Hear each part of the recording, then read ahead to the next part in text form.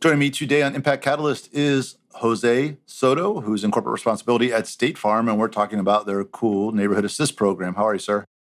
I'm doing pretty good, Joe. Thank you for inviting me to your show. Thanks. So this program's been going for 10 years. It's got a lot of neat grassroots elements to it. Give us a quick overview of it. Yes, Neighborhood Assist has been going on for the last 10 years, and this is an opportunity where organizations and individuals can nominate a group for a chance to win a $25,000 grant from State Farm. State Farm is going to be awarding 40 of these grants nationwide. So we're allocating like $1 million for the program. And it's really, really simple to nominate an organization. If you go to neighborhoodassist.com, there's only 3 questions on there to answer. And we're going to start accepting entry forms come June 2nd. Now, I said June 2nd, but you got to get there really early on June 2nd. The application opens up at 1 p.m. Eastern Standard Time. So just to give you an idea, last year when we did the program, in less than 45 minutes, we had 2,000 entry forms come in. And the maximum number of entry forms where folks can submit is 2,000 requests for the actual program itself.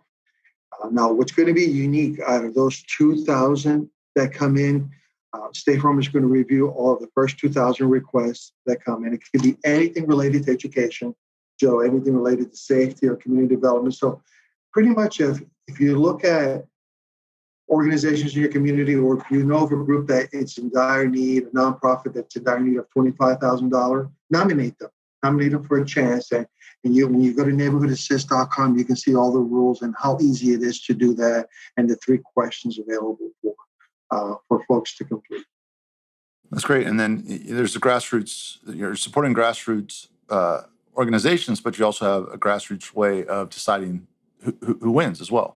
Right. So what we'll do is we'll take the first 2,000 requests, and then State Farm will review all 2,000 requests. And then over the summer, we'll pick the top 200 out of those. And what's really cool about this is we're going to create a unique web page for each organization. We're going to give them a media plan to help promote their cause in their community. We'll also promote it in our end. And then we're going to have a competition that's going to last for about 10 days approximately, in which we're going to encourage the organization to reach out to the community, those top 200 that made it, and ask them to vote for the organization. Each day, an individual can vote up to 10 times throughout the time period. And the organizations, the top 40 out of those 200 that get the most votes, will each get a $25,000 grant. So again, we're going to let the public decide this. Now, initially you nominate the organization. We'll kind of round it up to like the top 200. And then from there, those organizations will rally their communities for a chance to win $25,000. That's great. And when you look back over past submissions and past winners, are there any that jump out at you as being particularly neat, or things that jump out that you remember? Well, I know last year we had one over in the Tampa Bay area that worked with Guardian Ad Litem and would help abused and neglected children and get them different supplies for them and the parents that adopted these children. Prior to that, there was one organization actually in the Sarasota area that I thought was really unique. This organization has a store in which foster parents can go into the store and purchase items at no cost for their foster kids.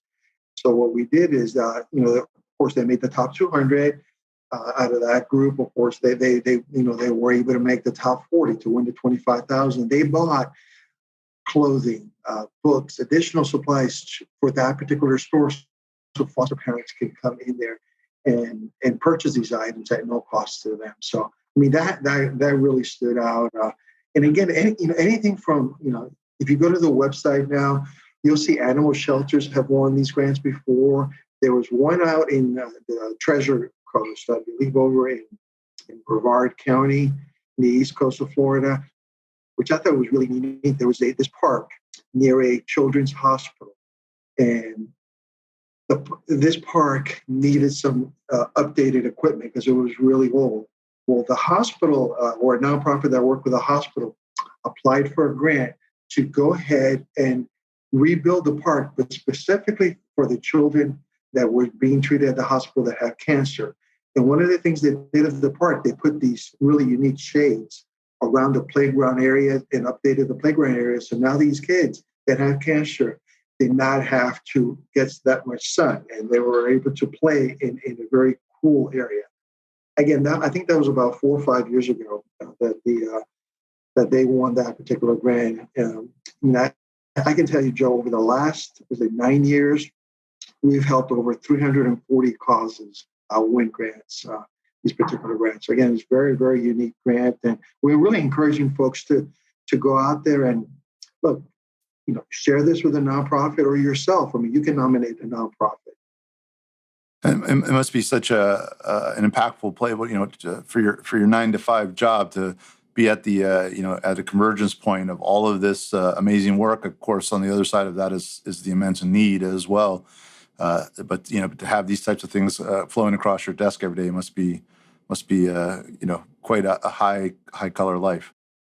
Let me tell you, Joe, this is just one of the many programs we have at State Farm. This is one of our national programs, but even like within Florida, every September, October, every year, we encourage organizations to apply also for grants through our traditional grant programs in Florida. So just to give you an idea, right now in Florida, I'm probably overseeing at least 60 different organizations that we provided grants in Florida. This doesn't include Neighborhood Assist. This past year with Neighborhood Assist, we were able to award 3 $25,000 grants. But yeah, my job is extremely rewarding, to say the least. It's but at the same time, I see a lot of organizations that apply, and unfortunately, there just isn't enough to be able to help everybody. But we'll redirect them as best as we can, and we try to get our agents locally involved.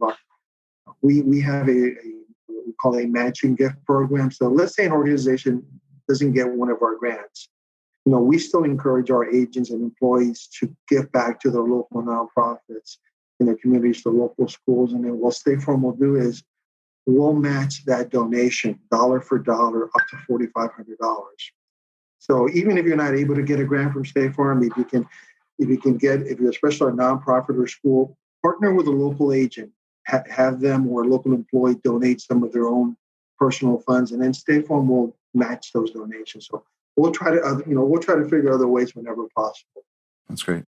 Well, Jose Soto, I appreciate you sharing that with us. I appreciate State Farm being a good corporate citizen and being creative in the ways that it gives back. And we'll certainly encourage anyone that watches this in our Catalyst world to apply at neighborhoodassist.com. And hopefully we'll get a back-to-back Tampa Bay winner. Had one last year, get one this year. Yeah, I'd love to see as many winners as possible from the Tampa Bay area. That would be awesome. And again, if they have any questions, folks can reach out to me either directly through neighborhoodassist.com, or if you can have my contact information on the website. Wonderful. Thank you very much. Thank you, Joe.